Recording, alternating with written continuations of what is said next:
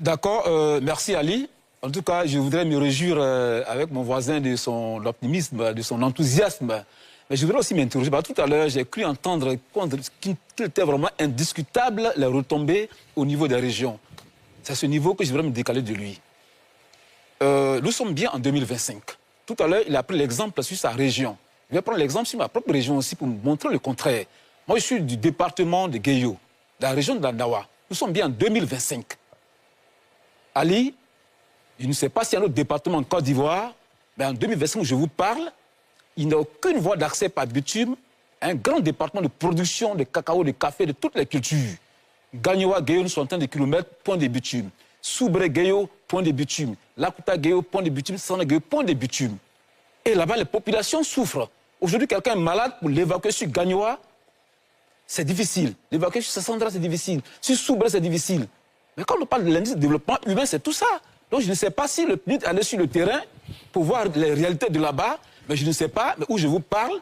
Et pendant la saison de pluie, c'est invivable. J'ai cité Guéyo, mais il y a des régions comme ça en Côte d'Ivoire où on a l'impression que ce développement dont on parle est une illusion là-bas. Donc je voudrais qu'on relativise les choses, que professeur Arthur ne dise pas que parlant de retombées, c'est indiscutable. On va pas personnaliser le débat. Hein. Bon d'accord, donc je vais bien partager son enthousiasme pour qu'on soit aussi réaliste. Moi je suis acteur de la société civile, je suis activiste des droits humains, donc je me base sur du factuel. Aujourd'hui en Côte d'Ivoire, des populations qui ne savent même pas ce qu'on appelle le développement. Je salue cette progression de la Côte d'Ivoire, mais je voudrais qu'on fasse mieux. Très bien. Kouma, c'est à vous.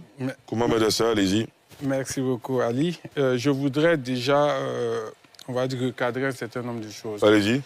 Je pense qu'il y a beaucoup de choses qui ont été dites, mais après, il faut qu'on comprenne c'est quoi l'IDH et puis qu'on n'aille pas dans tous les sens. Dans tous les sens.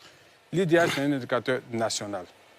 En statistique, nous avons des indicateurs nationaux, nous avons des indicateurs au niveau régional, au niveau département, au niveau des districts. Il y a des indicateurs qu'on désagrège. Mais l'IDH, c'est un indicateur national. Il permet de regarder l'évolution d'un pays au niveau national. Donc, nous faisons une moyenne de ce que nous avons. Certainement, nos voisins qui viennent de certaines régions, certainement, il y a encore des défis résiduels dans leur région.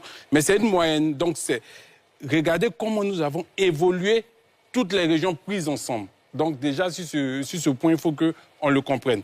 Le deuxième élément, c'est que j'ai entendu parler de progression relative et absolue.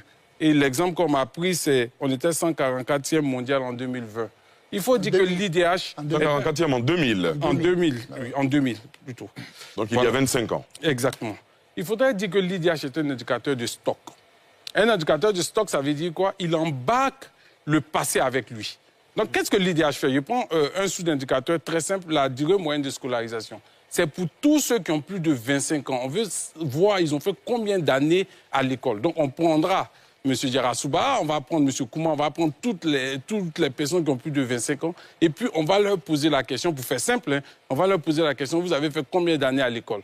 Mais dans ces personnes qui ont plus de 25 ans, il y a des gens qui ont subi la crise que nous avons connue, qui sont à l'intérieur, donc qui n'avaient pas accès à l'école, donc qui n'avaient pas, on va dire, cette facilité d'accès à l'école que nous avons maintenant.